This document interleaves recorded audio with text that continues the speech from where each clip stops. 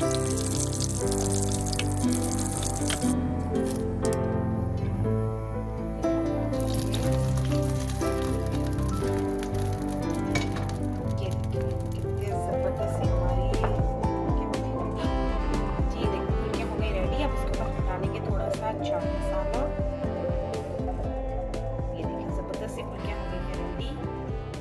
लोग इसको जरूर ट्राई कीजिएगा। मुझे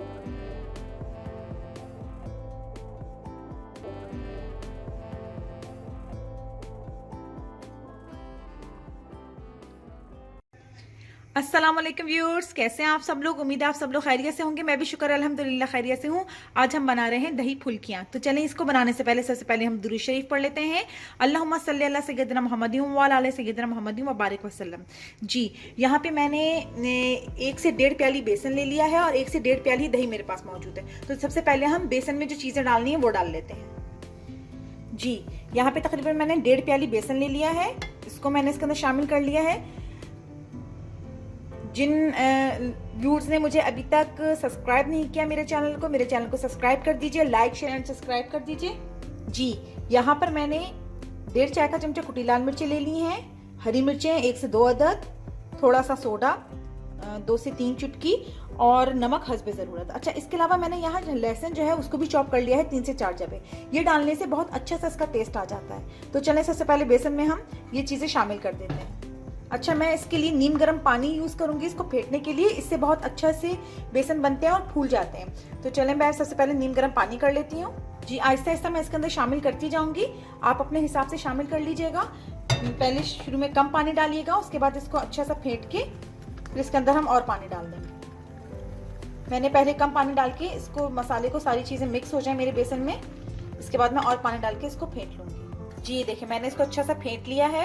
ये देखिए, थिकनेस हम अपने हिसाब से रख लीजिएगा आप, ना ज़्यादा पतला है ना ये ज़्यादा गाढ़ा है, बस हमें यही थिकनेस रख। अब मैंने एक पैन में ऑयल ले लिया है और इसको हम थोड़ा सा हीट कर लेंगे। इसको भी हमने ज़्यादा गर्म नहीं करना, मीडियम रखना है, यानी बिल्कुल ठंडा भी ना हो और बहुत ज़्यादा तेज़ गर्म भी ना हो, ताकि हमारे पकौड़े पक सकें।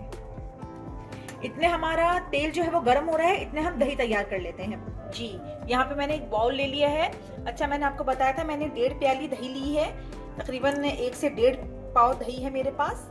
आप अपने हिसाब से इसे ज़्यादा या कम कर सकते हैं, ठीक है। अच्छा, मैंने दही डाल ली, इसके अंदर मैं डालूंगी आधी प्याली दूध। अच्छा, यहाँ पे मैं आपको एक और टिप दूंगी। अगर आपको लगे कि आपका दही जो है वो खट्टा हो गया है, आप इसके अंदर 2 से 3 जवे जो है वो लहसुन के डाल देंगे चॉप करके। उससे दही की खटास जो है वो बिल्कुल दूर हो जाती है और बहुत अच्छा सा उसका टेस्ट हो जाता है। तो यहाँ मैं भी इस्तेमाल करूंगी 2 से 3 जवे चॉप लहसुन इस्तेमाल करूंगी। जी, यहाँ पर मैंने लहसुन डाल दिया है। आपको पता है गर्मियों में तो ये प्रॉब्लम बहुत ज़्यादा होता है, अगर ताज़ी दही भी मंगवाओ तो वो भी जो है वो खट्टी होती है बाज़ औक़ात। लहसुन को मैंने बारीक बारीक इसलिए चॉप कर लिया ताकि वो मुंह में ना आए, पता ना चले, ठीक है। इसके अलावा मैं इसमें नमक शामिल करूंगी 1 चाय का चमचा, आधे से 1 चाय का चमचा, हस्बे ज़रूरत है, आप जितना इस्तेमाल करना चाहें उतना कर सकते हैं। आधा चाय का चमचा कुटी लाल मिर्चें और आधा चाय का चमचे से भी कम पिसी लाल मिर्चें, दोनों मैं इसके अंदर शामिल कर दी हैं। बस अब हमने ये सारी चीज़ें डाल के इसको अच्छा सा फेंटना है। अच्छा, इसकी थिकनेस जो है वो दही की थोड़ी हमें पतली रखनी है, बहुत ज़्यादा पतली भी ना हो, लेकिन ये गाढ़ा अच्छा नहीं लगता, क्योंकि इसके अंदर फुल्कियाँ जब जाएंगी तो वो जाने के बाद ज़रा सा फूलती हैं तो अच्छा सा टेस्ट आता है।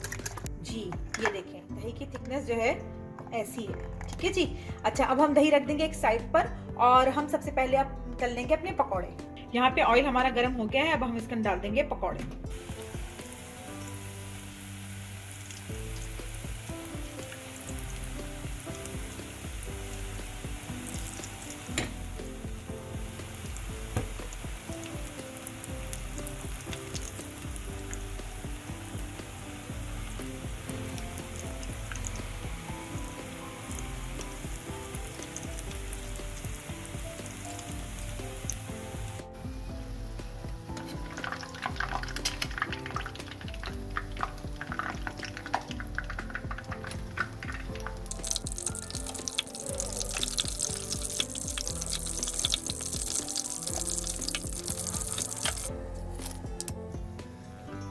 ये देखें कितने ज़बरदस्त से पकौड़े बने मेरे क्रिस्पी क्रिस्पी से। अब मैं इसको दही के अंदर डाल दूंगी। अच्छे तरीके से हम दही में इसको डिप कर देंगे। ज़बरदस्त। अब हम करेंगे एक भगार रेडी। जी यहाँ पर मैंने ले लिया 1 से 1.5 चमचा ऑयल। इसमें मैं डाल दूंगी थोड़ा सा जीरा और 2 साबुत लाल मिर्च। इसको हम हल्का सा गरम करेंगे।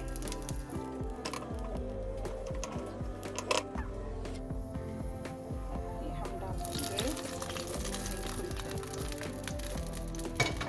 ये देखिए कितने ज़बरदस्त सी हमारी ये फुल्कियाँ हो गई रेडी। जी ये देखो फुल्कियाँ हो गई रेडी। अब इसके ऊपर हम डालेंगे थोड़ा सा चाट मसाला। ये देखिए ज़बरदस्त सी फुल्कियाँ हो गई हैं रेडी। आप लोग इसको ज़रूर ट्राई कीजिएगा, मुझे अपनी दुआ में याद रखेगा। लाइक शेयर एंड सब्सक्राइब ज़रूर कीजिएगा। अल्लाह हाफिज़।